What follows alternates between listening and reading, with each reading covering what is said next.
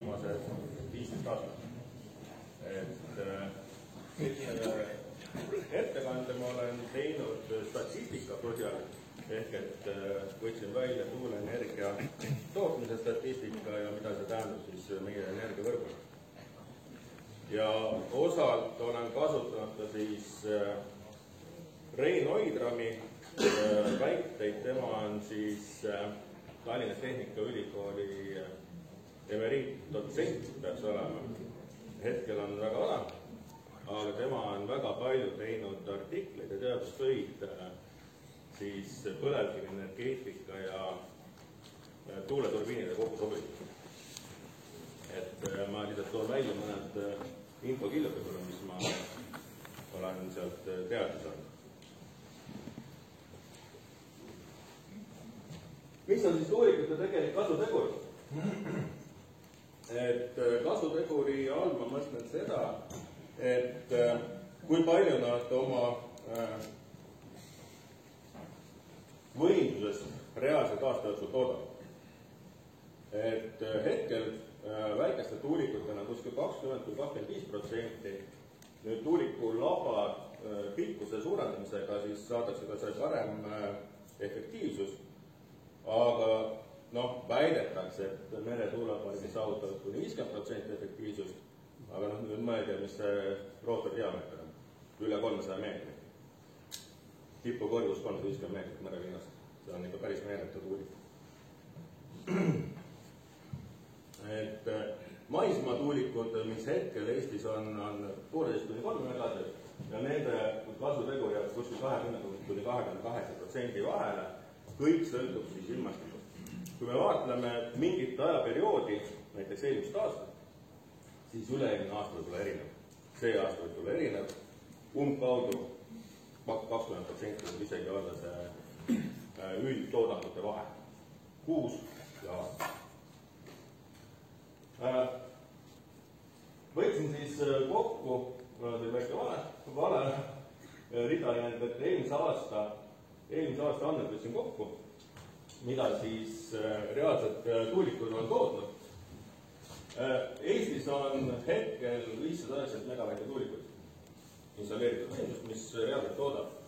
Ja üle 500 megavatti tootmistund on ainult 110 eelmise aasta jooksul. Ja see tuligi siis kuskil novembri algusest alles. Siis, kui Tootsi Topi tuulevartlas osaliselt tööle. 260–500 megavatti tootmist on tundidelt 400. Kui võtta nüüd Eesti tarbimine, siis suvine tarbimine kuskil 650–750 megavatt-tundi. Praegu kuskil 1200 ja talvine tipp kuni 1600. Kas oli eelmine või üle-eelmine aasta, kus seda praktiliselt saavutati. Ehk et alla 260 megavatti tootmistunde on oluliselt rohkem kui üle 260 megavatti tootmistunde. Ehk kui tehakse tuulikuid näiteks 2000 megavatti, siis suure tõenäosusega on 1510 tundi aastas, kus need tuulikud on võimelised tootma rohkem energiat kui 1000 megavatt-tundi. Ülejäänud aja toodavad kõik vähem. Ja tegin väikse arvutuse, et kui tuulikud oleks 400 rohkem, siis 2000 megavatt-tundi, siis puudujäävaid tunde oleks ikkagi aastat 1788 tundi. Ehk et 1800 tundi meil on probleem. Ja isegi päike seda ei tasanda sellepärast, et need kõige paremad ületootmistunnid ongi tulnud koos päiksega. Ja päike toodab rohkem. Summaarselt. Päike toodab kuni kuskil 600–650 megavatt-tundi. Aga päiksejaam on lihtsalt see probleem, et nemad toodavad iga päev kuskil 5 tundi. Normaalselt elektrit. Ühed on nagu jama. Ja eelmise aasta andmetelt oli siis näha, et ületootmistunde eelmise aasta jooksul oli siis 82 tundi, siis 82 tundi oli võimalik Eestil eksportida elektrienergiat. Ülejäänud tunnid kõik importid. 82 tundi on tegelikult ju 3,5 öödele. suht kehva tulemus tegelikult. Võtsin kokku siis ka selle, et mida siis eelmise aasta jooksul tuulikud reaalselt tootsid. 22,68% Eestis tarbitud energiast tuli tuuleenergiast. Alla veerandi. Ja arvestame veel seda, et kui ei oleks siis novembrist järgi tulnud Tootsi-Sopi tuulepark, oleks number veel väiksem. Number võib-olla oleks 20%.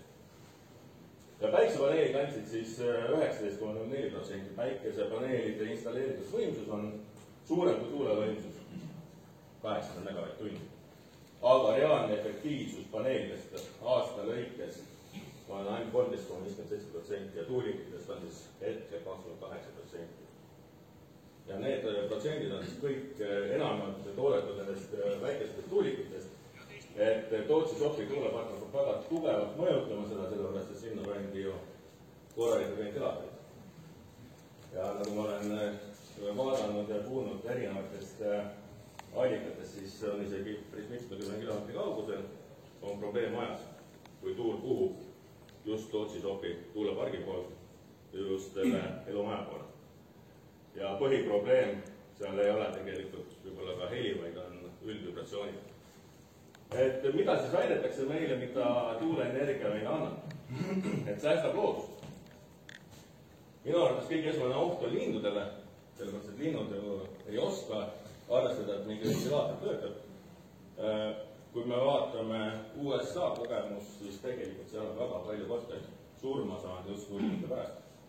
Ja YouTube'ist otsite, tegelikult on päris palju videosid, kus linnud, kes siis otsivad saaki jõualides, jäävadki siis sinna lavareste ja saab surma. Väikeste tuulikute labade joonkiirus on väike, aga praegu meile tahetud 300 meetri diameetriga tuulikute labade joonkiirus kuskil peaks olema 600 kilomeetrit tunnis. Ehk et kui tuulik käib täisvõimsusel, siis laba otsa kiirus peaks olema kuskil 600 kilomeetrit juures tunnis. Päris kiire. Et kes on rohkem matemaatikaga kodus, saavad arutada, et mida tähendab siis näiteks meretuulepark. Et see hakkab 1000-le lähenema. Et madalsageduslikud vibratsioonid, mida on ka väga palju räägitud, hetkel uuringud, mida ma leidsin, ka ühe Saksa uuringu leidsin, need on kõik tehtud väikeste tuulikutega. 3 megaste, 2-3 mega. Ja ei ole kirjeldatud, kusjuures vähemalt see Saksa uuring, mida ma leidsin, seal ei olnud kirjeldatud tuulesuundi. Kas tuul oli pargist mõõtme mikrofonide poole või ei olnud. Just see siis mõjutab kuuldavat heli. Väidetakse, et energiajulgeolek tuleb meile. Ei tule ju. Kui me paneme 2000 megavatt-tundi tuulikuid, siis ei tule seda energiajulgeolekut, sellepärast, et peaaegu 2000 tundi on ikkagi meil puudujääk. Seda takka midagi. Hetkel ostetakse sisse.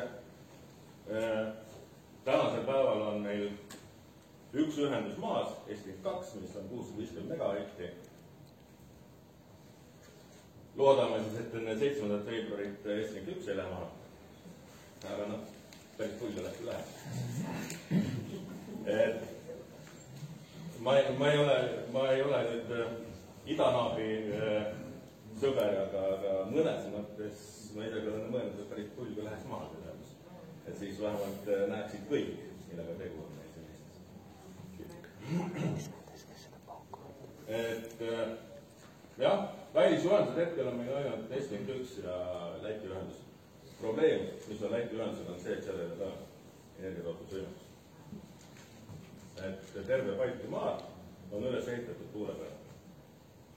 Enam-vähem. Lätis on hüdroelektrijaam, aga see toodab ainult efektiivselt siis, kui hetk on. Talvisel ajal. Sealt ei tule midagi. Loob töökohti. Kuulasin paari huvitavat ettekannet, mis oli siis tehtud nii-öelda juhtivate inimeste poolt põlevkivisektoris. Ja tuli välja, et põlevkivisektor näitas oma parematel aastatel 300 miljonit maksutulu. Et ma ei näe seda plussi, et nüüd me loome võib-olla 100-150 tuulegeneraatori hooldaja töökohta ja kaotame 300 miljonit eurot iga aastaseks maksutulu. Päris kaua. Automaks. Odav energia. Jah, see energia on odav sellepärast, et teatud hetkedel on see energiat liiga palju, aga mille najal see odav. Ega tuulikute tootjad ei lepi sellega, nad peavad 50% ajast tegelema. Päiksepargi omanikud samamoodi. Ja võiti on siis erinevad subsiidiumid. Selle sulgudes teksti ma võtsin Arvi Hamburgi ühest ettekandest, mis toimus paar päeva tagasi.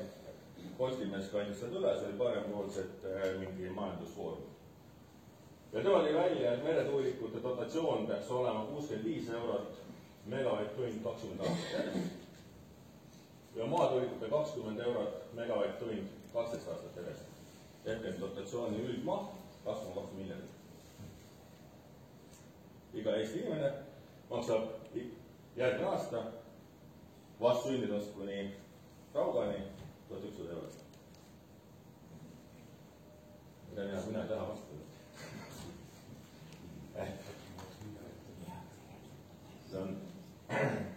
See on siis see hind, mida võetakse ja see hind võetakse läbi võrgutasudega. Et võrgutasus te maksate selle kõik kinni. Väidetavatakse, et siis CO2 heitme vähenemine. Ma leidsin ühe ilusa pildi. Ma uurisin natukene nendest tuulikujalandite suurustest. Et kuna neid 7 megaseid tuulikuid ei ole väga palju ehitatud, siis väga keeruline on leida mingit adekvaatset infot jalandi suurusest. Norras näiteks väiksed tuulikud, mida pannakse mäe peale, puuritakse auk, puuritakse augud, kalju sisse, lüüakse lihtsalt terasvartad, kalju sisse väikene betoonjaland ja ongi kõik. Tuulik on väikene. Kui 7-megane panna, siis peaks jaland olema kuskil 2-3 meetrit kõrge ja paarkümmend meetrit diameetris. Betoonplokk. See betoonplokk peab lihtsalt selle tuuliku üleval viima. Mitte midagi teha ei ole. Muidu tulevad need 300 meetrise ventilaated alla. Aga kui palju maa sees on siis? No terve see nähtav osa, mis on kuskil 3 meetrit kõrgem teras armatuur on, see on kõik maa sees. Ja arvatavasti ta kaetakse veel umbes sama paksu kiiluslik vadjagas ballestiga. Et seda ankurtada maa sisse seda betoonplokki. Eks see betoonplokk ongi 20 meetrit korda 2-3 meetrit kõrge. Läbi juba. Nii kiiresti. Et siis ma jätsin selle eelmise slaidi vahele, et mis siin juhtub tegelikult, kui tuuleturbiine on liiga palju. Et energiaga on selline asi, et energia saab olla ainult võrgus nii palju, kui tarbitakse. Kui energiat nii palju on, läheb pinge ülesse, sagedus läheb ülesse, jaama, energiat jääb väheks, pinge langeb, sagedus langeb. Et pinge probleeme olen mina näiteks tarbija külas näinud juba ja mõjutab just tööstusklienti, kellel elektrimootorid käitakse vanaviisi takkeritega. Et mõni hommik ei läinud käima midagi, jõudsin kohale, juba võrguping on nii palju taastunud, et läks elektrimootor käima.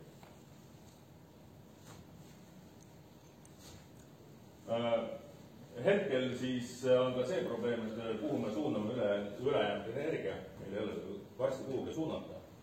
Et arendused Eesti maismaal on 6000 megavatti ja meres on 15 000 megavatti. Et see on terve regiooni tarve, 25 000 megavatti on terve regiooni tarve. Et meil ei ole seda nagunii kuhugi suunata. Ja Hiina ja Venemaa nagunii ei saa lasutada selle rämpsu maha laadmiseks. Ja siin peate arvestama, et meie oleme selle rämpsu kinni maksnud. Me oleme oma raha pannud sinna alla, et siis odavat energiat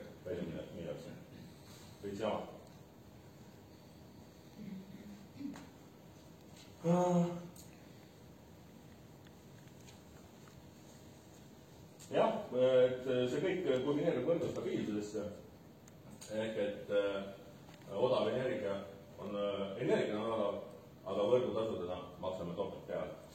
Viimane salvestustehnoloogia uudis tuli eile USA-st, läks neil salvestus hakka põlema. Ja see on üldse väike, see oli 750 megavatt-tundi kogu võimsusega ja 3000 megavatt-tundi mahutusega.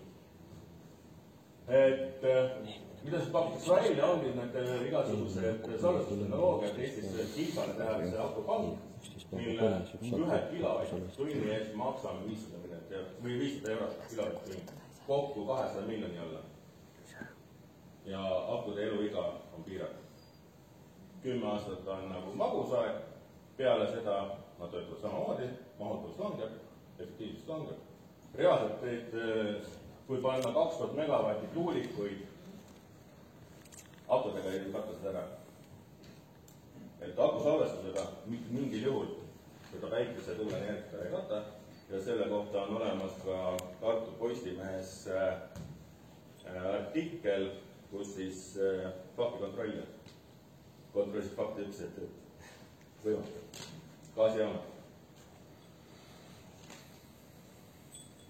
Kokkuvõtteks, et hetkel ma ei näe põhjendust, miks peaks Eestisse juurde tegema ilmastikul põhinevaid energiatootjaid.